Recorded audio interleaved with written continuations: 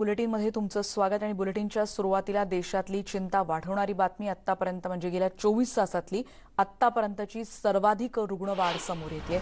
एकाच दिवसात देशात तब्बल 1 लाखांच्या वर नवे कोरोनाबाधित रुग्ण आढळले आहेत। 24 तासात 1,03,558 नव्या कोरोनाबाधितांची नोंद झाली आहे। 52,000 पेक्षा अधिक रुग्णांना आतापर्यंत डिस्चार्ज देण्यात आलाय। कोरोनामुळे काल एका दिवसात 478 जणांचा मृत्यू झालाय। गेल्या जवळपास एका वर्षापेक्षा अधिक काळापासून देशात कोरोनाचा शिरकाव झालेला आहे आणि तेव्हापासूनची ही आतापर्यंतची सर्वाधिक रुग्णवाढ मानली जाते। याआधी गेल्या वर्षी सप्टेंबरमध्ये सर्वाधिक रुग्णवाढ नोंदवली गेलेली होती। देशातली हीच रुग्णवाढ प्रशासनासोबतच नागरिकांचीही चिंता वाढवणारी ठरते आहे। अधिक माहिती घेणार आहोत प्रशांत लीला रामदास आमचे प्रतिनिधी आता आपल्या सोबत आहेत। प्रशांत, देशात रुग्णवाढीचा हा नवा उच्चांक आणि निश्चितच चिंता वाटावी अशीच बाब म्हणायला हवी। बरोबर आहे। ज्या पद्धतीने रुग्णांची संख्या ही झपाट्याने वाढत आहे, संक्रमित रुग्णांची संख्या वाढत आहे। कालच्या जर गेल्या 24 तासातल्या आकडेवारी बघितलं तर गेल्या 1 वर्षापासून भारत देशामध्ये कोरोनाचं प्रकोप आहे आणि त्या सगळ्या दरम्यान आता हे दुसरं वर्ष सुरू झालेलं आहे। या दुसऱ्या वर्षात जर बघितलं आपण तर ही आतापर्यंतची सगळ्यात मोठी रुग्णवाढ आहे। जवळपास 1,03,558 रुग्ण हे 24 तासात आढळले आहे। ही अतिशय धक्कादायक आणि सोबतच असं म्हणता येईल चिंता वाढवणारी, केंद्र सरकार आणि राज्य सरकार दोघांचीही चिंता वाढवणारी ही आकडेवारी आहे। सोबतच जर बघितलं आपण तर जवळपास 52,847 हे या रुग्णांना मुक्त झालेले आहे, त्यांना सुट्टी देण्यात आली आहे। त्यानंतर जवळपास 478 रुग्ण जे आहेत हे गेल्या 24 तासात दगावले आहे। ही देखील एक धक्कादायक बाब आहे। आणि सोबतच जर बघितलं आपण या सगळ्या पार्श्वभूमीवरती तर संपूर्ण कोरोनाच्या या संपूर्ण प्रकोपाची जर माहिती घेतली तर आपल्याला कळेल की साधारणतः 1,25,25,89,068 लोक जे आहेत ते आतापर्यंत या कोरोनातून रिकव्हर झालेले आहेत आणि सध्या ऍक्टिव्ह केसेस जर बघितल्या ह्या साधारणतः 7,41,830 आहे आणि आतापर्यंत 1,65,101 लोकांचा मृत्यू झालेला आहे। आतापर्यंत 7,91,05,163 लोकांचं लसीकरण झालं आहे। ही आकडेवारी जरी असली तर एकीकडे लसीकरणाची मोहीम हे युद्धस्तरावर राबवली जात आहे आणि सोबतच कोरोनापासून वाचता कसा येईल यासाठी मास्क आणि सोबतच सामाजिक अंतर पाळणं आणि 6 फुटाचं अंतर पाळणं हे अतिशय आवश्यक आहे।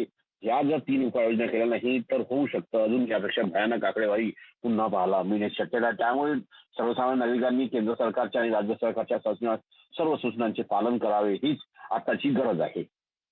त्या सगळ्या सविस्तर माहितीबद्दल 24 तासात तब्बल 1 लाखांपेक्षा जास्त रुग्णांची नोंद झालेली आहे। आपण बघतोय देशात ही दररोज सकाळची जी आकडेवारी येते गेल्या 24 तासातली आणि त्याचबरोबर एकूण रुग्णवाढीचा आकडा सध्या आपण बघतोय टीव्ही स्क्रीनवर।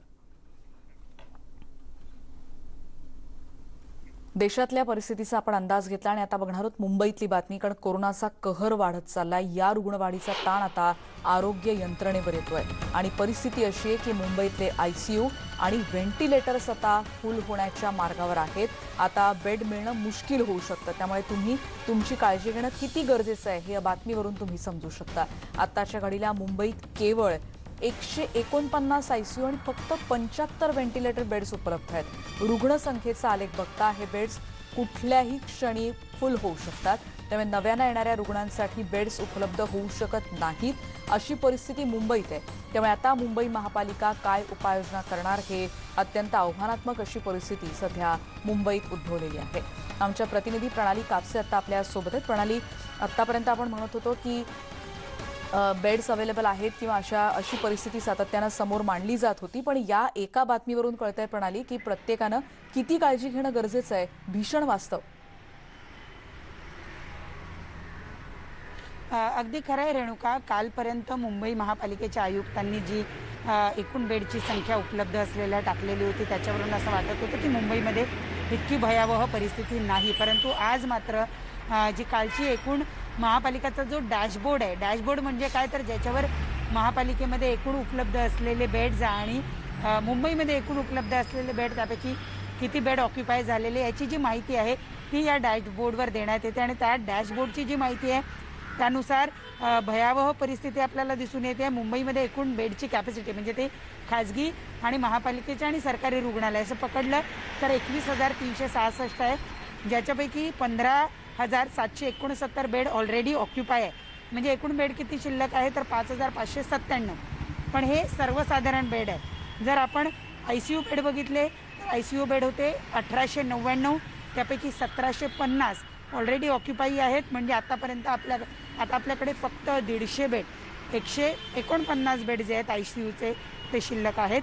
आणि दुसरं आहे O2 बेड म्हणजे ऑक्सिजन सिलेंडर ज्या बेडला लागलेला आहेत, जिथे O2ची कॅपॅसिटी आहे, असे बेड आहेत आपल्याकडे 9,841, त्यापैकी 7,709 बेडी ऑक्युपाय आहे. म्हणजे O2चे बेड जवळपास 2,132 शिल्लक आहेत. परंतु व्हेंटिलेटरचे बेड मात्र आपल्याकडे अतिशय कमी आहे. ज्याची उपलब्धता आपल्याकडे 1,168 होती, त्यातले 1,093 बेड हे ऑक्युपाय आहेत. म्हणजे आता केवळ 75 बेड शिल्लक राहिलेले आहेत. आणि ही अतिशय भयंकर गंभीर अशी परिस्थिती मुंबईमध्ये सुद्धा ओढावताना दिसते आहे.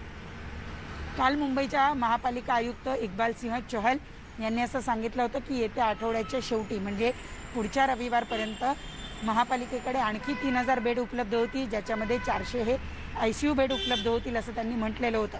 पण आज आपण सोमवारची आकडेवारी दाखवतो. येत्या पुढच्या 4-5 दिवसामध्ये काय परिस्थिती होईल हे आपल्याला आत्ता सांगता येणं अतिशय कठीण आहे. कारण दररोज आपल्याकडे जवळपास कालची आकडेवारी तर अजूनच भयंकर होती. काल 11,000हून अधिक लोक कोरोना पॉझिटिव्ह प्रणाली. आणि आणखी एक छोटा प्रश्न आहे. अशासाठी, जसं तू म्हणजे कालपासून आपण किंवा इथे अनेक दिवसांपासून हे सगळं वास्तव दाखवतोच आहोत. ही आकडेवारी रविवारी दुपारी 3 पर्यंतची आहे. म्हणजे आता सोमवारचे 10 वाजलेले आहेत. म्हणजे कितीतरी प्रमाणात रुग्णसंख्या वाढलेली असेल आणि परिस्थिती कदाचित आणखीन भयावह होऊ शकते.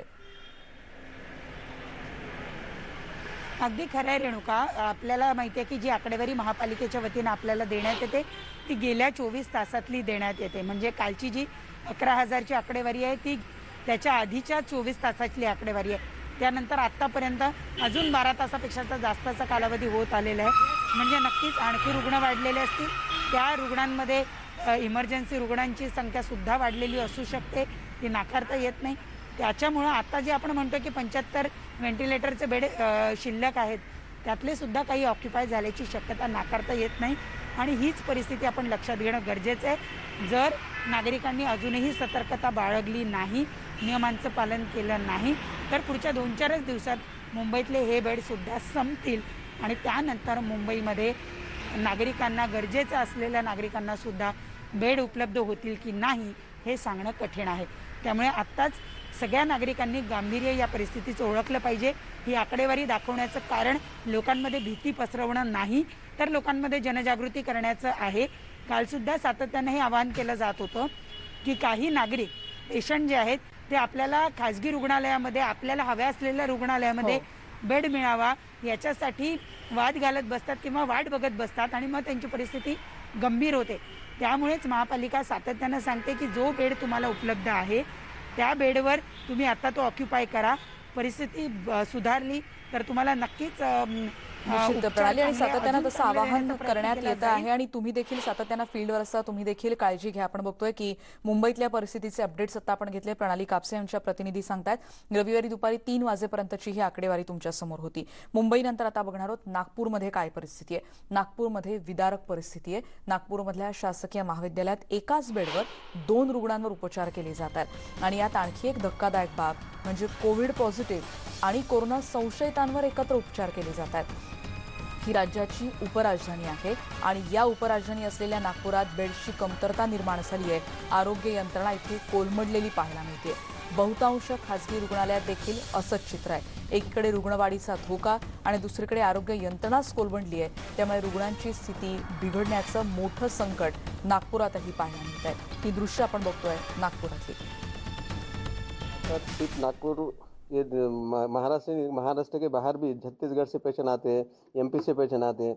MP में जाने के लिए आपका रिपोर्ट लगता है, लेकिन MP के पॉजिटिव पेशेंट अपने यहाँ से डायरेक्ट आते हैं. और ये सब पेशेंट आने के बाद अभी OPD में क्या है, OPD में जितने भी पेशेंट हैं उसमें से कुछ पेशेंट का सैचुरेशन नियर अबाउट 50-60% पेशेंट का सैचुरेशन 70 के नीचे रहता है. पुराने इसमें क्या पेशेंट को अपन वेटिंग में रख सकते थे, अभी ऐसे इसमें पेशेंट को वेटिंग रख नहीं सकते। वेटिंग में रखा, उनका ऑक्सीजन कम हुआ तो पेशेंट सीरियस हो सकता है। इसलिए हम अच्छे तौर पे मैनेज करने के हिसाब से उनको ऑक्सीजन देते पहले, और जैसा मैनेजमेंट होता है वैसे उनको वार्ड में शिफ्ट हो जाते। तो थोड़े एक आधे घंटे के लिए, 15 मिनट के लिए एक आधे बार हो सकता है, लेकिन ऐसा रुटीनली होता नहीं।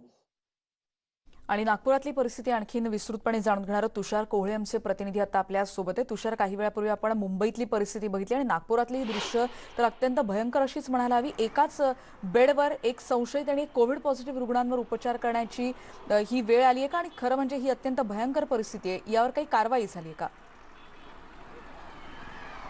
निश्चित अत्यंत धक्कादायक असा हा प्रकार आहे। जर का बघायला झालं तर प्रशासनाने देखील ती गोष्ट मान्य केलेली आहे की आमच्याकडे बेडचा तुटवडा आहे आणि आमच्याकडे नागपूरसह शेजारी राज्यांमधून देखील मोठ्या संख्येने कोरोनाचे रुग्ण येतात। त्यामुळे ज्या रुग्णांना तातडीने उपचाराची गरज असते अशा रुग्णांना आम्हाला ॲडजस्ट करावं लागतं। त्यासाठी मग एक बेडवर 2-2 रुग्ण आपल्याला पाहायला मिळाले। सध्या मी याच नागपूरच्या ज्या रुग्णालयामधले हे सगळे दृश्य होते त्या शासकीय वैद्यकीय महाविद्यालयाच्या पुढे आहे। जर का तुम्ही बघितलं तर हे कोविड केअर सेंटर आहे। या कोविड केअर सेंटरमध्ये साधारण 700 बेड आहे आणि जर का नागपूर शहराचा पूर्ण विचार करायचं झालं तर नागपूर शहरामध्ये 5200 जवळपास बेड आहे, ते सरकारी आणि खाजगी दोन्ही मिळून आहे। अशा परिस्थितीमध्ये नागपूरमध्ये जो आजच्या घडीला ॲक्टिव्ह रुग्णांची संख्या ही 40,000च्या वर आहे आणि ज्या रुग्णांना उपचारांची गरज पडत आहे त्यासाठी मात्र बेड नागपूरमध्ये कमी पडत आहे। मग ते ICU बेड असेल, व्हेंटिलेटर बेड असेल किंवा ऑक्सिजन बेड असेल, कुठेही उपलब्ध नाही। एखादा रुग्ण मेल्यानंतर तो बेड खाली झाला की दुसरा जो वेटिंगवर रुग्ण असतो त्याला बोलावलं जातं आणि त्यांना तो बेड दिला जातो। अत्यंत विदारक असं चित्र आपण दृश्यामध्ये देखील बघतो की एका बेडवर 2-2 रुग्ण पाहायला मिळत आहे। खरं तर एक प्रश्न हा देखील आहे की पहिल्या लाटेमधनं आपण काही धडा घेतला नाही, हा प्रमुख कारण आहे। कारण की ज्या काही उपाययोजना राज्य सरकारने बजेटमध्ये घोषणा केल्या होत्या त्या उभ्या केल्या नाही। डिसेंबर, जानेवारी, फेब्रुवारी या 3 महिन्यामध्ये प्रशासनाने कोरोनाकडे पूर्णपणे दुर्लक्ष केलं। प्रशासन असो किंवा राज्य सरकार असो हे गंभीर दिसत नव्हतं, त्यामुळे लोकांना देखील त्याचा फायदा मिळाला। लोकांनी त्या मोकळीचा फायदा उचलला आणि मोठ्या प्रमाणामध्ये नागपूरमध्ये इकडे तिकडे फिरताना पाहायला मिळाले। त्यामुळे नागपूरमध्ये संक्रमण दर झपाट्याने वाढला। त्या व्यतिरिक्त आणखी जर का विचार करायचा झाला तर एक उदाहरण सांगतो मी। जेव्हा फेब्रुवारीमध्ये दुसरी लाट आली तेव्हा देशात फक्त 2च राज्य होते, केरळ आणि महाराष्ट्र, जिथे कोरोनाचा मोठ्या प्रमाणात प्रकोप पाहायला तुषार, अगदी म्हणजे फेब्रुवारीमध्ये तुम्ही आकडेवारीविषयी अधिक तू सांगतोयस, पण अगदी आपण थोडक्यात जाणार आहोत। चंद्रशेखर बावनकुळे सर आता आपल्या सोबत आहेत। चंद्रशेखर बावनकुळे, ही दृश्य जर तुम्ही पाहू शकत असाल तर भीषण परिस्थिती आहे। एकाच बेडवर कोरोना संशयित आणि कोरोना पॉझिटिव्ह रुग्णांवर त्यांना जागा मिळत नसल्यानं अशी परिस्थिती उद्भवलेली पाहायला मिळते। याबद्दल तुमचं काय म्हणणं आहे आणि कशा रीतीने तुम्ही याबद्दल जाब विचारणार आहात प्रशासनाला? मी स्वतः मेडिकलच्या 67 जो वार्ड आहे आपला, तिथे पेशंटला त्या ठिकाणी तपासलं जातं। त्या ठिकाणी एका बेडवर 2-2, 3-3 पेशंटला त्या ठिकाणी ठेवण्यात आलं। त्या ठिकाणी काही लोकांना ऑक्सिजन लावण्यात आलं। निगेटिव्ह पॉझिटिव्ह पेशंट एकाच ठिकाणी होते। त्या वॉर्डमध्ये मोठ्या प्रमाणावर 200-200 लोकांची गर्दी होती। म्हणजे पॉझिटिव्ह पेशंट असूनही 200-200 लोक ऍडमिशन करायला त्या ठिकाणी बसले होते। म्हणजे कोरोनाच्या संक्रमणामध्ये आपण पॉझिटिव्ह पेशंटच्या संपर्कात कोणी येऊ नये याकरता आकांत तांडव करतो, पण इथे तर मेडिकलमध्ये त्या ठिकाणी कोरोनाचे 200-200 लोक संक्रमित होत होते आणि हा संपूर्ण प्रकार पहिल्यांदा मी उजेडात आणला आणि प्रशासनाला कळवला। पण प्रशासकीय यंत्रणा आणि ऍडमिनिस्ट्रेशन त्या ठिकाणी संपूर्ण संपलेलं आहे। कोणी लोकप्रतिनिधी लक्ष देत नाही आहे, कारण जोपर्यंत सरकारमधला कुठला त्या ठिकाणी मंत्री, मी पालकमंत्र्यांना रिक्वेस्ट केली, मी आपल्या गृहमंत्र्यांना रिक्वेस्ट केली आहे, पण ऍडमिनिस्ट्रेटिव्ह कंट्रोल जेव्हा संपतो किंवा जेव्हा हा परिस्थिती हाताबाहेर जातं तेव्हा अशी परिस्थिती निर्माण होतं। आणि परिस्थिती हाताबाहेर का केली तर मी आणि सर्व पक्षांनी यापूर्वीच प्रशासनाला कळवलं होतं की तुम्ही या पद्धतीने नागपूरमध्ये विशेष काळजी घ्या। सर, म्हणजे तुम्ही किती महिन्यांपासून हा फॉलोअप करतात आणि या संदर्भात नितीन राऊत असतील किंवा आणखीन तुम्ही ज्यांच्याशी संवाद साधला असेल, अनिल देशमुख असतील जे गृहमंत्री आहेत, त्यांनी या संदर्भात काय प्रकारचं उत्तर दिलं होतं? साधारण किती कालावधी त्याला लोटलेला आहे? मी यापूर्वी त्यांना 15-20 दिवसापासून नागपूरच्या परिस्थितीबद्दल, गांभीर्याबद्दल आम्ही साधारणतः इलेक्ट्रॉनिक मीडियाच्या माध्यमातून, पत्राच्या माध्यमातून सरकारला आम्ही वारंवार कळवतोय, सोशल मीडियाच्या माध्यमातून त्यांना कळतोय। पण मेडिकल आणि सामान्य रुग्णालय जेवढे नागपूरचे आहे ते परिस्थिती हाताबाहेर गेली आहे आणि या परिस्थितीकरता जे त्यांना अवेलेबल करून द्यायला पाहिजे, त्याकरता त्यांना पैसा उपलब्ध करून द्यायला पाहिजे, त्याकरता त्यांना ऍडमिनिस्ट्रेटिव्ह सपोर्ट पाहिजे त्या मेडिकलला, तो साधारणतः मिळत नव्हता आणि आताही मिळत नाहीये. म्हणजे आता कोरोनाचं संक्रमण एका दिवशी 60-60, 65-65 लोक मरतायत. 4,000, 4,500, काल तर 4,200 पेशंट हे पॉझिटिव्ह निघाले. संपूर्ण बेड नाही आहे. पेशंट मरताय केवळ ऑक्सिजन बेड नाही म्हणून. पेशंट मरतायत, ऑक्सिजन मिळत नाही, व्हेंटिलेटर मिळत नाही म्हणून. आणि या स्टेजमध्ये तर एका मिनिटात 60 वर 70 वर ऑक्सिजन जात आहे. त्यामुळं माझी आताही विनंती आहे आपल्या माध्यमातून माननीय नितीन राऊत, सुनील केदार साहेब आणि अनिल देशमुख साहेबांना की त्यांनी ठाण मांडून बसावं प्रशासनासोबत.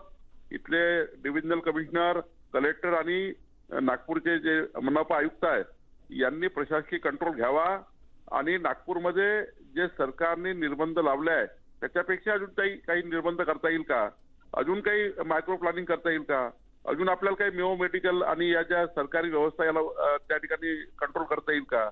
ग्रामीण भागातले सर्व पेशंट नागपूरमध्ये येत आहे. हो, मेडिकलला येत आहे, मेओला येत आहे. ग्रामीण भागातले जेवढे जिल्हा रुग्ण, सामान्य उपजिल्हा रुग्णालय आहे त्या ठिकाणी कोविड सेंटर उभारता येईल का. त्या ठिकाणी कोविडचे आता कामठी एक सेंटर आहे, 100 बेड हॉस्पिटल आहे, पण त्याला कोविड अजूनही केलं नाहीये. ते गव्हर्नमेंट हॉस्पिटल आहे.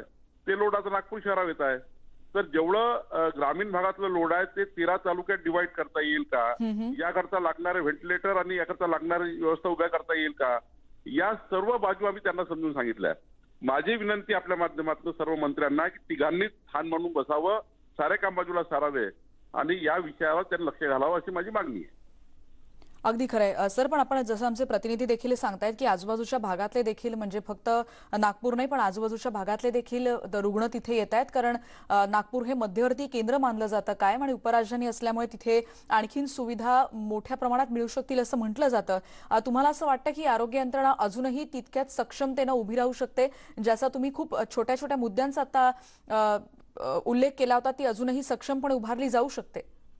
यस, आत्ताही नागपूर जिल्ह्यातल्या 13 तालुक्यातल्या 13 जे आपले उपजिल्हा रुग्णालय आहेत त्या उपजिल्हा रुग्णालयाला टार्गेट करून 50-50, 100-100 बेड आजच त्या ठिकाणी उपलब्ध होऊ शकतात. म्हणजे 1500 बेड नागपूरच्या ग्रामीण भागामध्ये ऑक्सिजनचे बेड उपलब्ध होऊ शकतात. आयसीयू नाही होणार, पण प्रायमरी ऑक्सिजन जे बेड आहेत ते उपलब्ध होऊ शकतात. त्याला छोटंसं मायक्रो प्लॅनिंग करावं लागतं. त्याला कलेक्टर आणि पालकमंत्र्यांनी बसून डीपीसी असेल, मायनिंग फाउंडेशन असेल, जे काही पैसे असतील त्यांच्याजवळ पटापट पैसे देऊन आजच व्यवस्था उभ्या केल्या तर हे नागपूरला जे 1500 पेशंट रोज येत आहेत ते डिस्ट्रीब्यूट होतील आणि 13 तालुक्यामध्ये, ग्रामीण भागातल्या 13 तालुक्यात जो ग्रामीणचा माणूस आहे त्याला नागपूरला याची गरज पडणार नाही.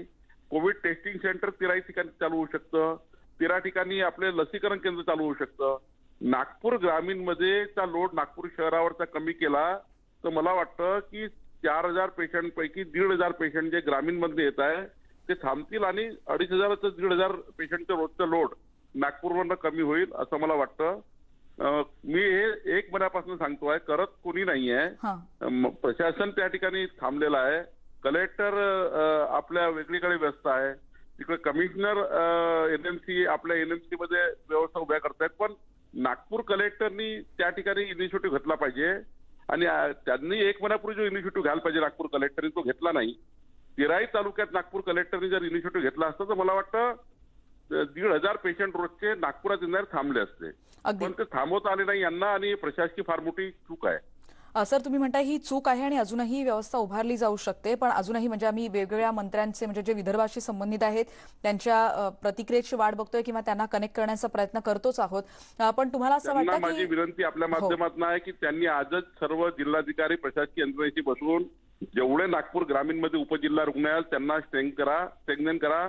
100 बेड, 50 बेडचे रुग्णालय आहे ते आजच त्या ठिकाणी कोविड करता डिक्लेअर करा आणि सर्वांनी 1500-2000 पेशंट जे नागपुरात येत आहेत ते थांबवा. तरच नागपूरचा लोड कमी होऊ शकतो आणि मला वाटतं खूप कंट्रोल त्यातून मिळेल आणि खूप त्या ठिकाणी, कारण साधी कोविडची चाचणी करण्याकरता नागपूरला यावं लागतं. एकदा पॉझिटिव्ह झाला तो नागपूरमध्ये की आणि जो त्याला घेऊन येतो सोबत त्याला पण तिथेच थांबावं लागतं. अगदी खरंय सर, तुम्ही जसं म्हणताय की हे अगदी मायक्रो प्लॅनिंगचे मुद्दे आहेत आणि त्याच्यावर निश्चितच विचार केला जाऊ शकतो. धन्यवाद सर, तुम्ही या सगळ्या मुद्द्यावर पेशंट त्याच तालुक्यात त्याला थांबवलं पाहिजे, त्याच तालुक्यात त्याची व्यवस्था आहे. बरोबर आहे, खरं आहे. म्हणजे त्याला निश्चितच मुंबई नाही, माफ करा, नागपूरपर्यंत येण्याची गरज लागणार नाही. तिथेच त्याला स्थानिक पातळीवर उपचार मिळू शकतील. तुषार कोहळे आता आपल्या सोबत आहेत, आमचे प्रतिनिधी. तुषार, चंद्रशेखर बावनकुळे यांनी अगदी मायक्रो लेव्हल ज्या मॅनेजमेंटचे मुद्दे अनेक उपस्थित केले, त्यांनी असं म्हटलं की अजूनही पर्यायी मुद्दे या सगळ्यांचा जो विचार केला जाऊ शकतो आणि स्थानिक पातळीवर जर रुग्णाला पूर्णपणे त्या क्षमतेचे उपचार मिळू शकले तर त्याला नागपुरात येण्याची गरज लागणार नाही. तुम्हाला असं वाटतं की स्थानिक पातळीवर किंवा जेव्हा तुम्ही तिकडे ग्राउंड लेवलवर काम करताय त्या योग्यतेचे किंवा त्या क्षमतेचे परिश्रम किंवा त्या तोडीचे प्रयत्न तिथे केले जात आहेत? जर का बघायचं झालं तर नागपूरमध्ये जे परिस्थिती आहे या परिस्थितीला पूर्णपणे प्रशासनाचं दुर्लक्ष जबाबदार आहे. जर का तुम्ही बघितलं तर मागच्या जानेवारी आणि फेब्रुवारी महिन्यामध्ये कोरोनाचा ग्राफ नागपूरमध्ये खाली गेला होता. त्यामुळे कुठेतरी प्रशासनाने देखील याकडे दुर्लक्ष केलं. त्या काळामध्ये जे रुग्ण पॉझिटिव्ह निघत होते त्यांच्या नातेवाईकांचा आणि त्यांच्या क्लोज कॉन्टॅक्टमध्ये येणाऱ्या लोकांचा ट्रॅकिंग आणि ट्रीटमेंट या तत्वावर जो उपाययोजना करायच्या पाहिजे होत्या त्याकडे नागपूर महानगरपालिकेने पूर्णपणे दुर्लक्ष केलं. आणि महत्त्वाचा विषय की जे मॉडेल केरळने वापरलं ते जर का महाराष्ट्राने वापरलं असतं कदाचित परिस्थिती इतकी बिघडली नसती. म्हणजे जर का एखाद्या रुग्णाला सामान्य ताप आला त्याला अँटीजेनियस टेस्ट करणं हे कंपल्सरी करायला पाहिजे होतं, ते प्रशासनाने केलं नाही. एखादा रुग्ण पॉझिटिव्ह आढळला त्याला इन्स्टिट्यूशनल क्वारंटाईन हे कंपल्सरी करायला होतं, ते प्रशासनाने केलं नाही. होम क्वारंटाईनची रुग्णांना फॅसिलिटी दिली. त्यामुळे असं झालं की प्रशासनाच्या या संधीचा फायदा रुग्णांनी घेतला आणि पॉझिटिव्ह असताना देखील शहराच्या बाहेर निघाले. आणि या मागच्या 3 महिन्याच्या काळामध्ये प्रशासनाने कोणत्याही विशेष उपाययोजना केल्या नाही. त्यामुळे कुठेतरी नागपूरमधली स्थिती बिघडलेली आहे आणि आता हाताच्या बाहेर गेलेली आहे. सुवर्ण, धन्यवाद तुषार या सगळ्या सविस्तर माहितीबद्दल. आपण बघतोय की तुषार आपल्याला परिस्थिती सांगतायत, नागपुरातली ही भीषण परिस्थिती, आणि या संदर्भात काही नेत्यांशी आणि मंत्र्यांशी देखील आम्ही बोलण्याचा प्रयत्न करतोय. बघूयात काही वेळाने समज ते कनेक्ट होऊ शकले तर त्यांच्यापर्यंत देखील आम्ही ही बाब आणखीन तीव्रतेनं पोहोचवण्याचा प्रयत्न करू. एका ब्रेक नंतर पुन्हा भेटणार आहोत. पहा फक्त न्यूज 18 लोकमत.